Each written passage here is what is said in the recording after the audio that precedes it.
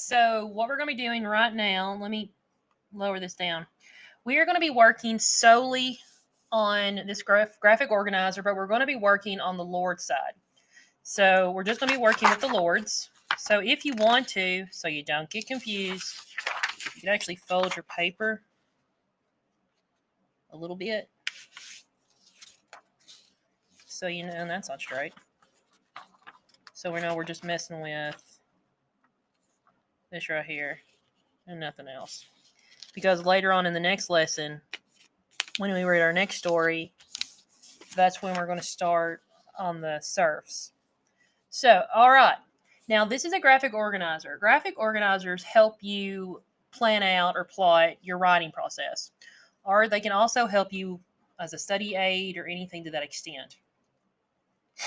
Now, we are reading about the Middle Ages. The Middle Ages is a nonfiction. We're reading a nonfiction text, okay? So as we read nonfiction text, there are text features that you need to pay attention to. The title. You can also pay attention to, if this is going to move, to subtitles. And those subtitles are the little titles that we have that separate the different parts. And on my look, this one doesn't have it. The one I'm reading right now, 5th grade does. So we're looking for those. We're looking for headings. We're looking for captions that are underneath photographs. We have pictures, diagrams, charts, graphs. Any of those things are useful when you need to understand nonfiction text. So when we are going to be, as we're working with 2.6 right here, we're solely going to be working just on the Lord's side of the graphic organizer. Now, because we've already read this, and you should read it again for the day, so you should have already read it today, we're going to do a process called scanning, or some people call it skimming. What we do when we scan a text, we are looking for particular things. For example, right now, we're looking for the Lords. We're looking for homes, work, clothing, food, amount of power that the Lords had during the Middle Ages. So, basically what I'm going to do is I'm going to go through here and scan, and we're going to highlight, not physically highlight, the homes, the work, clothing, food, and amount of power for the Lords. I'm going to get that blue off. Okay, so for example, let's start with homes. First, I'm going to look for information about the Lords and what they lived during the Middle Ages. About their homes, work, clothing, food, and amount of power. Some of this information will come from the text. Others might come from images. Scanning the text, I see the word Lord, right here, Lord, in bold in the first paragraph. So I'm going to start there. Excuse me. All right, now, so we're going to go with the Lords. Make sure you're on this column. Okay. Now, we are going to write important key information, the shortest form possible. That means we are going to be paraphrasing, which means we are not going to directly copy from the text.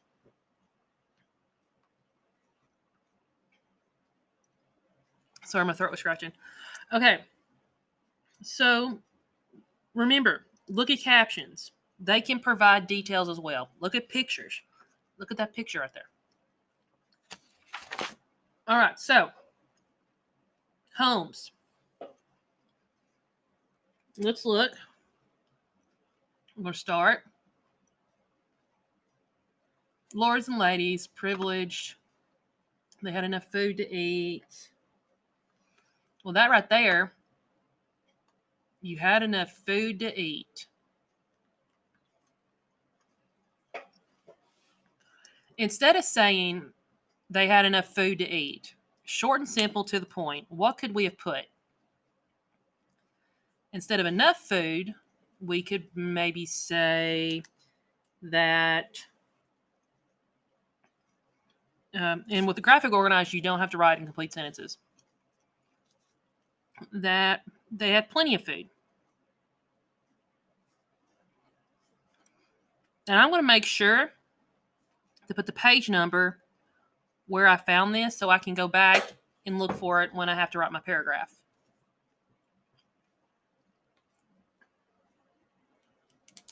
All right. See what else we got. And clothes to wear. Whoa, what we got here? Enough clothes to wear. So what can we put about clothing? They had enough clothes to wear. Look at this picture over here. Look at it. How would you describe it? If you could compare it to, like, the serfs over here. How would you compare their clothing to the privileged people up here? So they had enough clothes. So enough clothes.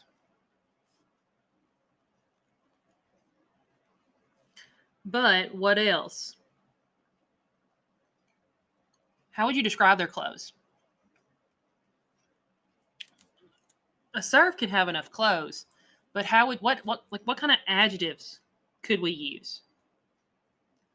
So enough clothes that they may be very nice as well.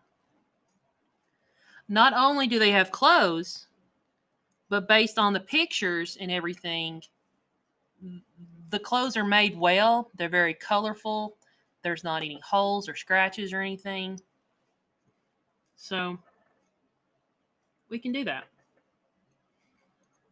Okay, homes. Let's see if we can find homes.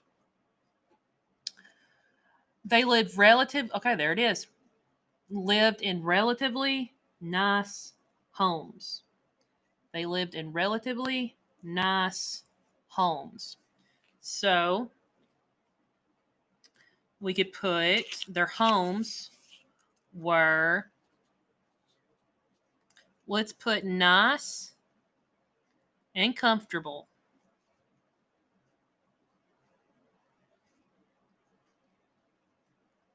I'm sorry, my pen's going together. That's comfortable. Did I spell that right? 1 second. That doesn't look right.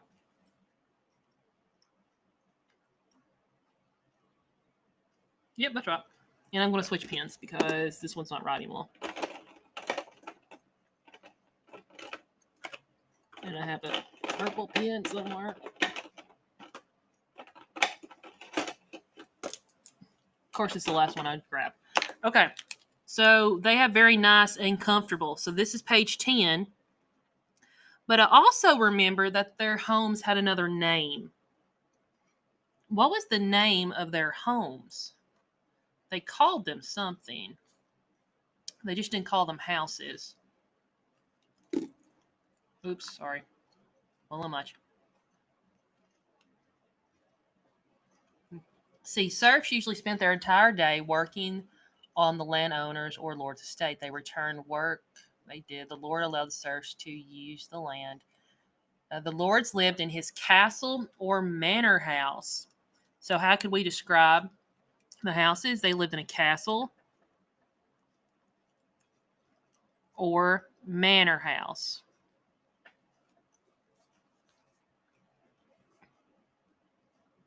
And that's on page 11. Okay, so that's the home. Now, what kind of work did they do? See, they had servants, so they didn't really have to do much work. You may have been one of the few to learn to read and write. So, let's see, you learned how to ride a horse, and you learned to be a skilled swordsman. So, we could put the lords learned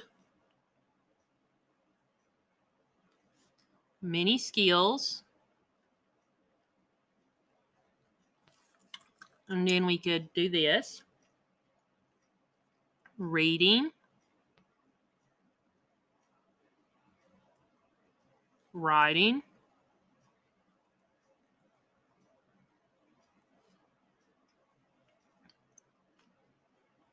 Swordsmanship. That's a word. And then riding a horse.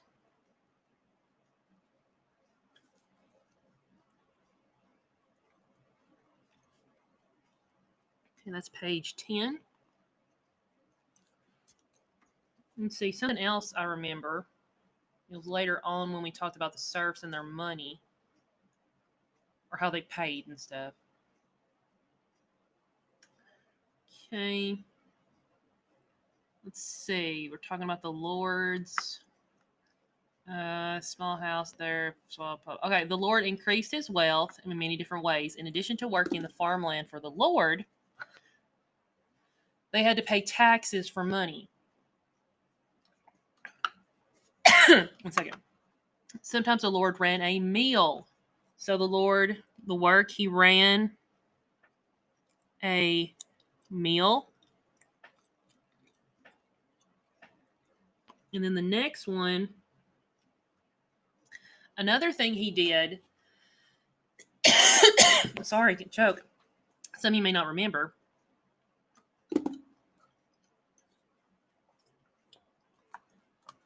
But he also offered protection. So his work, he was protecting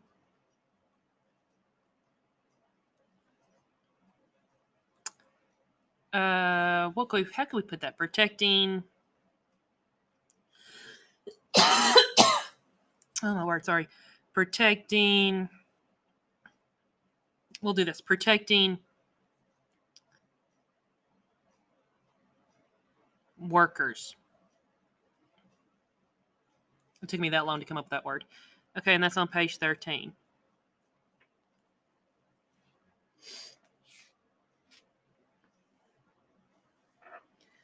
Okay, so homes. They were nice and comfortable, and they were also known as castles or manor houses, or a manor house. As far as work goes, they learned many skills: reading, writing, swordsmanship, and riding a horse. Some of them even ran a mill, which they charged their workers to use to grind down the wheat and stuff. And they also was protecting their workers. Remember, the freedmen, when they worked, part of their agreement was that they had to, if like a battle or anything, something aggression happened, that they would have to fight for the Lord. Clothing, they had enough clothes, we can see on page 10, and they were very nice. So as far as power goes, power. My mouse got away from me. Let's see. Okay, he owned all the land around his house and often the nearby town and village too. The Lord, it also controlled the lives of most of the people who worked for them. Okay, so the main word I'm picking up on is control, because it says the Lord controlled the lives of most people who worked for him, and he owned nearby villages. So the amount of power we could put, let's see, controlled land. It said land around his home and often nearby towns and villages. Okay, controlled land, and let's just put towns. Where they had to be around his home. So controlled land and towns near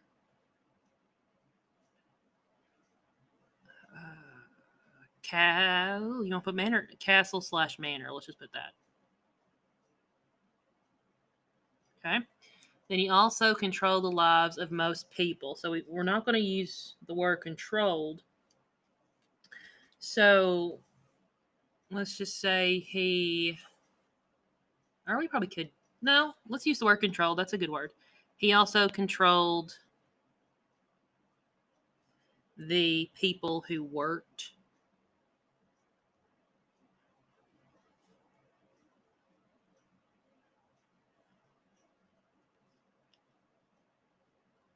for, or, oh no, wait, what ways to do this? Worked the land and lived in the towns.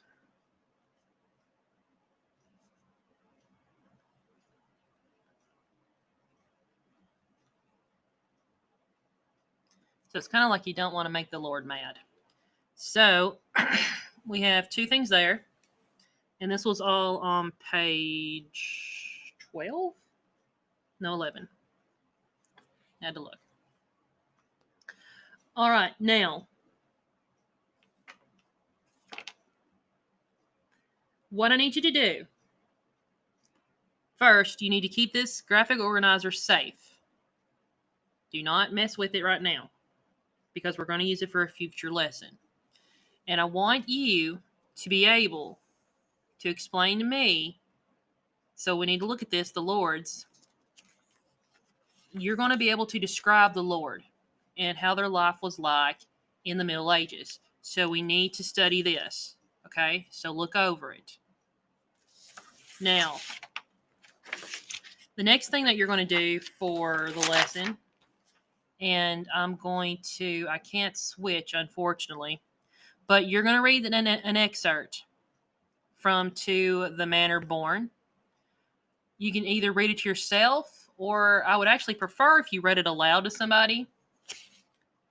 And then what you're going to do is you're going to write one sentence for each of the four images to describe what the serf might be doing in each image. Refer to the text. If you were a boy serf. So that would be this right here. Okay? You're going to refer back to that reading to help you figure out what's going on in each one of these pictures. Now, to find evidence to support your response, look back there. Incorporate vocabulary words from the text when possible and use to complete sentences. So you need to write a complete sentence which has a capital letter at the beginning, punctuation mark at the end, and try to incorporate some of those vocabulary words. And those vocabulary words, did I go over those? Yes, I went over those. My days get mixed up. Okay, so I'm trying to look.